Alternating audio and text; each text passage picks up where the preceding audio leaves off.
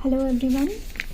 तो हमारा जो मियोसिस का टॉपिक बचा था आज हम उसको करेंगे कंप्लीट। तो मियोसिस का मतलब होता है एक ऐसा specialised form of cell division जहाँ पर जो क्रोमोसोम होते हैं, क्रोमोसोम का जो नंबर होता है वो हाफ नंबर में रिड्यूस हो जाता है। क्यों हाफ नंबर में रिड्यूस होता है? ताकि डिप्लॉइडी मेंटेन हो सके। ठीक है। मियोसिस जो होता है इसमें एक्चुअली में क्या होता है जनरली, तो देखो सबसे पहले हमें पता है कि सेल जो होता है वो सेल साइकिल करता है। तो सबसे पहले इसमें G0 फेज होता है। G0 फेज में क्या होता है, जो क्रोमोसोम्स होते हैं वो एज इट इज़ होते हैं। से इटसेल्फ कि ये पापा का है पैटर्नल क्रोमोसोम में, ये मम्मा का है मैटरनल क्रोमोसोम्स, जो हमने पिछले वीडियोस में देखे हुए थे। तो ये जो G0 है इसमें होता है 2 क्रोमोसोम, क्योंकि एक पैटर्नल होगा एक मैटरनल होगा। और यहाँ पर क्या होता है 46, क्यों? क्योंकि ये पेयर्स में हमेशा प्रेजेंट होते हैं, पेयर्स में हमेशा प्रेजेंट होंगे। अब G0 से लेके G1 फेज में ना ये सेम होता है, 2N 2C ये सेम होता है। लेकिन जैसे ही पिछले वीडियो में जैसे हमने देखा था कि S फेज में आते आते ये जो पैटर्नल और मैटरनल क्रोमोसोम है इनका हो जाता है डुप्लीकेशन। ठीक है, इनका डुप्लीकेशन होने की वजह से ये 2N ही रहेंगे, क्योंकि नंबर तो 2 है ना, एक पापा का और एक मम्मा का। और 4C में कन्वर्ट हो जाएंगे क्योंकि यहाँ पे डीएनए की रेप्लिकेशन हो चुकी है, डुप्लीकेट हो चुका है डीएनए। इधर जो डीएनए था वो इधर डुप्लीकेट हो गया, इधर जो डीएनए था वो इधर डुप्लीकेट हो गया। इसके बाद G2 में भी सेम होगा 4C, लेकिन G2 के बाद यहाँ पर जैसे पिछले वीडियो में माइटोसिस हुआ करती थी कि सेल यहाँ पर क्या हुआ, सेल का यहाँ पर सेपरेशन होता है और 2N का 2C में कन्वर्ट हो जाता है। लेकिन क्योंकि यहाँ पर मियोसिस होगा तो मियोसिस के 2 पार्ट्स होंगे। पहला होगा मियोसिस 1, दूसरा होगा मियोसिस 2।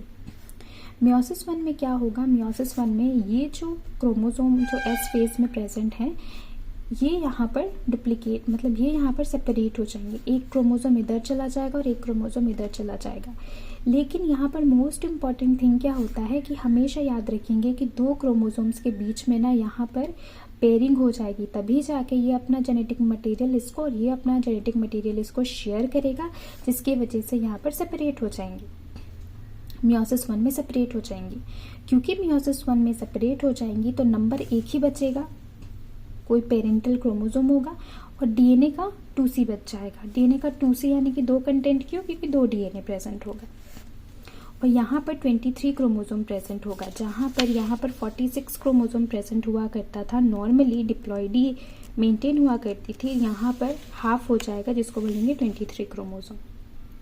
और यहाँ पर हम 1 क्रोमोसोम लेंगे, ये 1 क्रोमोसोम हो गया, ये 1 क्रोमोसोम हो गया, 2 क्रोमोसोम लेंगे।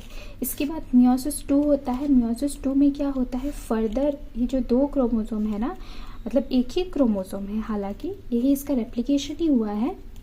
ये जो क्रोमोसोम है यानी कि जो सिस्टर क्रोमैटिड्स हैं ये सेपरेट हो जाएंगे मियोसिस 2 में। तो ये जो 2 हैं वो इधर आ जाएंगे और ये जो 2 हैं वो इधर आ जाएंगे, जिसके वजह से 23 क्रोमोसोम तो 23 क्रोमोसोम ही रहेंगे और यहाँ पर कंटेंट एक ही हो जाएगा। बोलने का मतलब है 23 क्यों?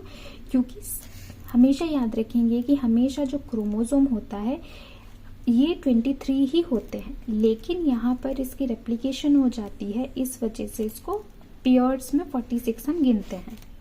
ठीक है, क्योंकि यहाँ पर सिंगल क्रोमोसोम है और सिंगल सेंट्रोमियर है, तो इस वजह से इसको हम 23 क्रोमोसोम बोलेंगे।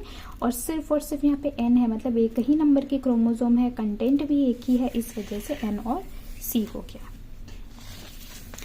और हाँ, ये हमेशा ना ये जो 4 डिवाइड होगा ये हमेशा आपका जेनेटिक मटेरियल को एक्सचेंज करने के बाद ही डिवाइड होगा, ताकि कुछ पेरेंटल हो और कुछ रिकॉम्बिनेंट मतलब एक्सचेंज वाला पार्ट हो, और वो चला जाएगा कहाँ पर, डॉटर सेल्स में। तो ये जो मियोसिस है एक ऐसा प्रोसेस होता है जिसमें कि क्रोमोसोम नंबर डिवाइड 2 बार करते हैं। यहाँ पर एक बार डिवाइड हुआ, यहाँ पर एक बार डिवाइड हुआ, तो 2 बार डिवाइड होगा मियोसिस 1 और मियोसिस 2, जिसके वजह से क्रोमोसोम नंबर हाफ हो जाएगा। अब जो मियोसिस होता है उसके 2 पार्ट होते हैं, एक होता है मियोसिस 1, एक होता है मियोसिस 2। मियोसिस 1 जो होता है, ठीक है, मियोसिस 1 के अगेन 4 पार्ट होते हैं, prophase 1, metaphase 1, anaphase 1, telophase 1। Meiosis 1 में जो प्रोफेज 1 होता है उसके अगेन 4 पार्ट होते हैं, लेप्टोटीन, जाइगोटीन, पेकाइटिन, डिप्लोटीन, डाइकाइनेसिस। और मियोसिस 2 में वही चीज़ें बस 2-2 लगा देंगे कि प्रोफेज होगा, मेटाफेज होगा, एनाफेज होगा, टेलोफेज होगा, हमेशा 2-2 लगाएंगे। तो यहाँ पर जनरली क्या हो रहा है, बेसिक चीज़ें तो देखो। सबसे पहले मियोसिस 1 में हमें पता है कि ये जो G0 फेज होता है इसमें क्रोमोसोम एज इट इज़ पड़े हुए होते हैं, ठीक है, क्रोमोसोम एज इट इज़ यहाँ पर प्रेजेंट होंगे। G1 फेज आएगा तो यहाँ पर जो होगा यहाँ भी वही होगा, 2n का 2c ही होगा। S फेज में रेप्लिकेशन होने की वजह से 2c का 4c हो जाता है और G2 में एज इट इज़ रहेगा। यहाँ पर क्या होगा, G2 के बाद यहाँ पर प्रोफेज 1 आएगा। अब प्रोफेज 1 जैसे ही आ जाएगा वैसे ही यहाँ पर प्रोफेज 1 आने की वजह से यहाँ पर बाकी सारी चीज़ें एज इट इज़ होंगी, लेकिन याद रखेंगे कि प्रोफेज 1, मेटाफेज 1, एनाफेज, टेलोफेज, यहाँ पर ना चीज़ों की यहाँ पर चीज़ें क्या हो जाएंगी, एक्सचेंज हो जाएंगी।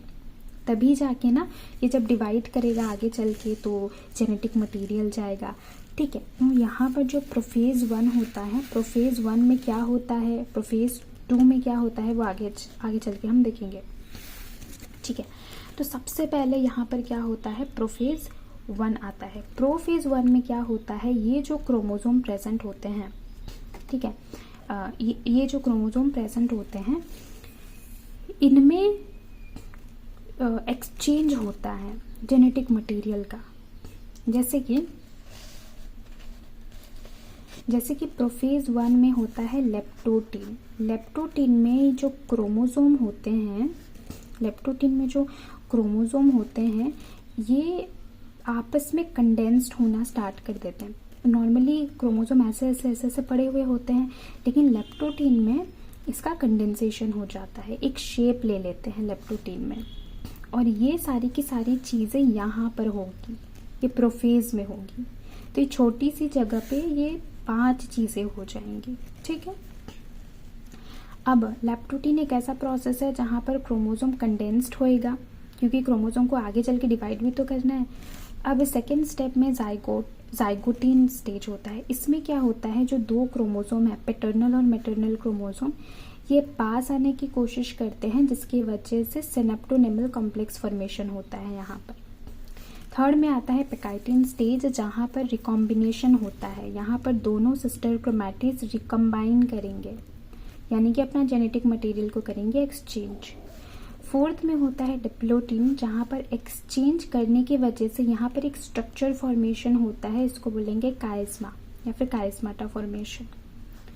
और ये काइस्माटा वो पॉइंट होता है जहाँ पर एक्चुअली में आपका सेपरेशन स्टार्ट होता है। देन डाइकाइनेसिस लास्ट होता है, जहाँ पर जो काइस्माटा है उसका क्या हो जाएगा, टर्मिनलाइजेशन, मतलब अब इसका क्या हो जाएगा, सेपरेशन। सो डाइकाइनेसिस में इसका सेपरेशन हो जाना चाहिए, ठीक है।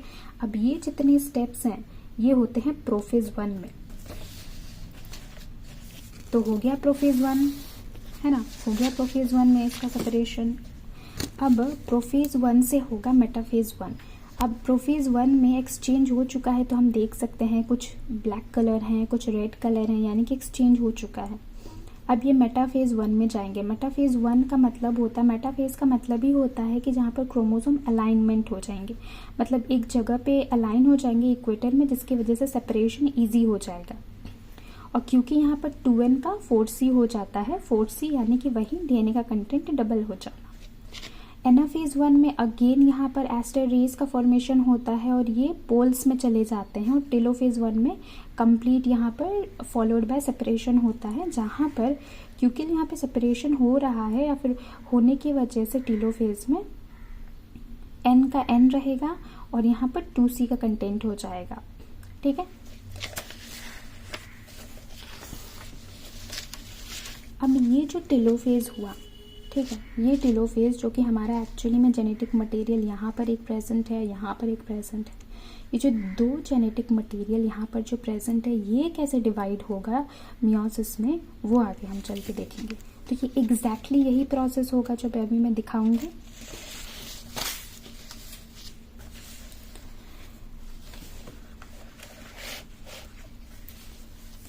तो ये एग्जैक्टली यही प्रोसेस है टेलोफेज जो अभी हमने देखा था, कि यहाँ पर हम देख सकते हैं जेनेटिक मटेरियल एक्सचेंज हो चुका है ऑलमोस्ट।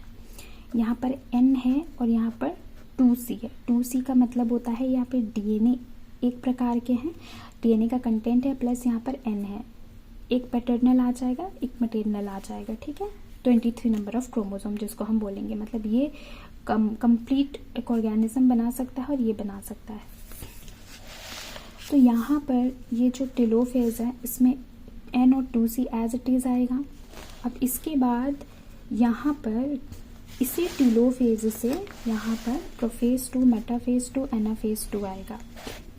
अगेन प्रोफेज 2 में क्या होगा, प्रोफेज 2 में यहाँ पर ये जो क्रोमोसोम प्रेजेंट होता है यहाँ पर, इसकी कुछ कुछ चीज़ें होएगी प्रोफेज 2 में। प्रोफेज 2 में क्या होता है, यहाँ पर ना न्यूक्लियर मेम्ब्रेन, जैसे कि यहाँ पर हम देखेंगे, यहाँ पर